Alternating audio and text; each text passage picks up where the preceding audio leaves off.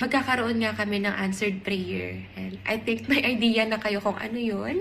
Hindi na ako magpapaligoy-ligoy pa. Hindi ko napapahabain yung intro. Tchanan! Alam ko familiar to sa mga mommies. And yes po, I'm pregnant. We're pregnant. Ito nga pala si Kevin.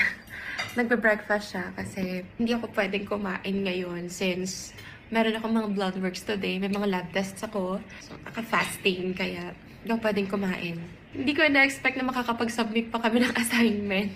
Kasi nga, diba, ang dami nagbubuntis ngayong taon, mga kakilala namin, mga kapwa-influencers, and lagi kaming nakatag sa mga videos nila.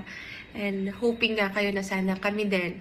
At ito na nga po, answered prayer na tayong lahat. So, salamat sa mga nag-pray kasama namin na magkaroon na ng baby.